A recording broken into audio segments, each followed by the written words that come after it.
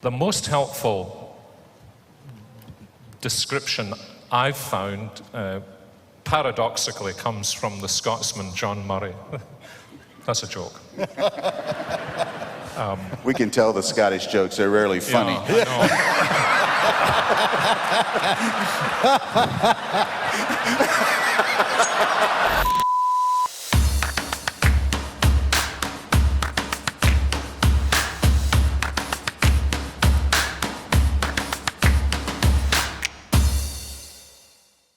Now, when you told me we were going to do a Q&A and you wanted me to ask you questions, the one thing you said was you didn't want me to ask you about this year's election, the politics and all of that. So I have to ask you that because...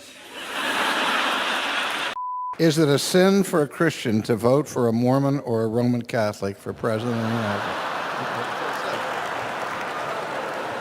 States? But I certainly agree with what you're saying. Good, thanks. Next question. Or we could have the Queen as the head of the churches and solve our problems. I would vote for that. Well, you know, not for head of the church, but for head of the government. If your alternatives are called Mitt, Newt, and Rick, Elizabeth doesn't sound too bad after all. We are not amused. I'm just going to let this rip, and I'm just going to tell you, this is not Babylon B. This is real. This is the fulfillment of every stereotype of independent fundamentalist King James Baptist you could ever come up with. And I rolled it back a few minutes just so you can get a feeling, get a full flavor of this kind of, this preaching. We want everybody to like us. We got to have that Facebook with all these likes and follows. Me and my gang. I mean, you got to have an entourage. Let me say something. Till you learn to stand alone, you won't stand for long. If you have to have these alumni to call you, I've never seen such sissy preachers in my life. You didn't call me today. I speak to Brother Westmoreland maybe twice a year. We're friends, but we're not groupies. We're not freaks. And here's what he says, what John Meade said last night, but it's worth saying again, because I didn't want to take this slide out. And anyway, no television preacher has ever read the Bible, neither has any evangelical politician, neither has the Pope, neither have I. So far, I probably would agree with all that. Than totalitarian or ideological empires. When the commies wanted to take over, they wanted to, kill me or take me off to the gulag and take all my stuff. In the American empire, they just want to sell me a Windows upgrade. And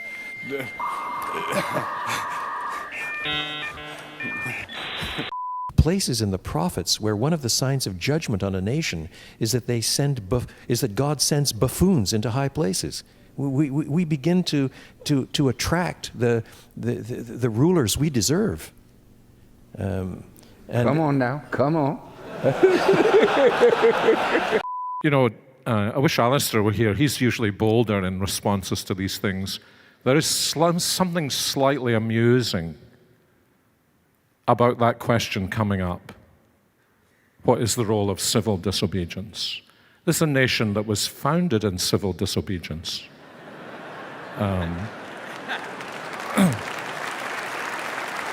Freedom!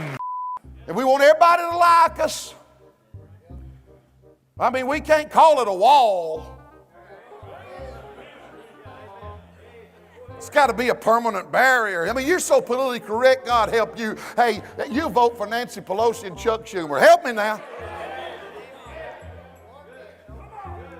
You gone, friend. Not John the Baptist's house. When he walked up to him, he had an outlook. He knew the wrong crowd when he was able to define that crowd. The Bible said you're supposed to. He said, I command you that you mark those. Note that man who walks not after our traditions. Now let me just stop and say, anybody who's not walking after our doctrine is a heretic. We already know if he's denying the virgin birth, if he questions the deity of Christ, if he puts a question on a pre-tribulation rapture, I'm chunking him. Bunch of mid-trib, a bunch of pre-wrath, bunch of false doctrine.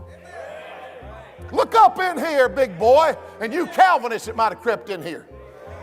Calvinism is as much a false doctrine as ordaining a woman preacher is. I just think that's out of line. Only Christ is not going to let you down.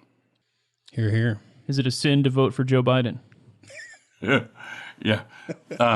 It would depend. I think it's fine to vote for Joe Biden if you're dead.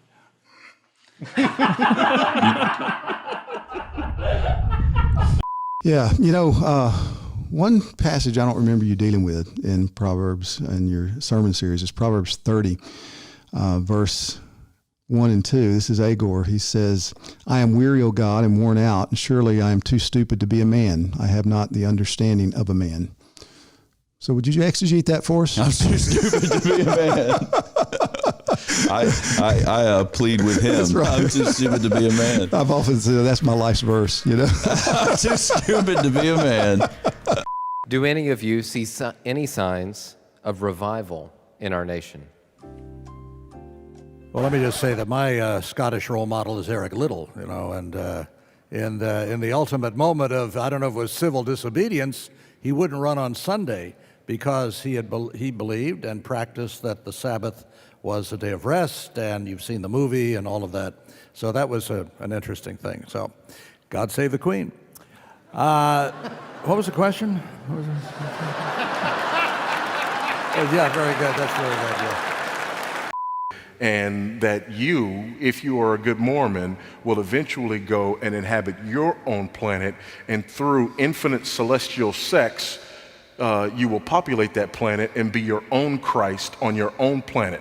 And now we have people in the press who are putting microphones in the faces of candidates and saying, I dare you to call that a cult. Yeah. And they're saying, no, Zaballs, we won't do that.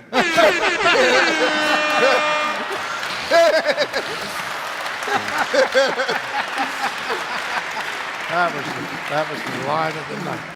Hey, man! Calvin, I went up to one of my desks and I hate it for y'all. We was at a meeting and I knew he's way outspoken. Okay, they think they're smarter than we are. I said, I hate it for y'all. He said, what are you talking about? I said, Jesus didn't die for y'all. He said, what do you mean? I said, well, he came to seek and to save that which was lost. But according to your doctrine, you've never been lost. You've been saved before the foundations of the world. And I said, I hate to see it. I hate it for y'all that y'all think God is stupid. Them Calvinists, they think God's stupid. They think God's stupid. He said, what are you talking about? I said, you think God's stupid. Who was hell made for, everybody? Who was hell made for? The devil and his... Who was hell made for? Who was hell made for?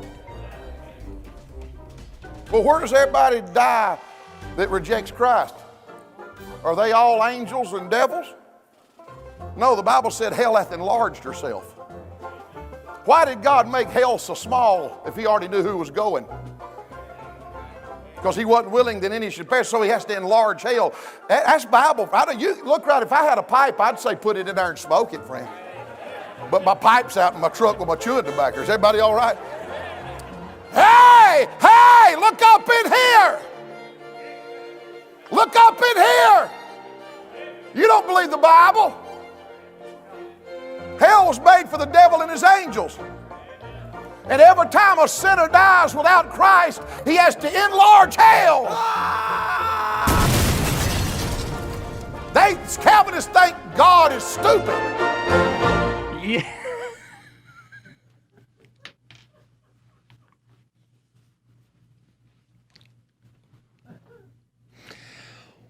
Well, what do you say?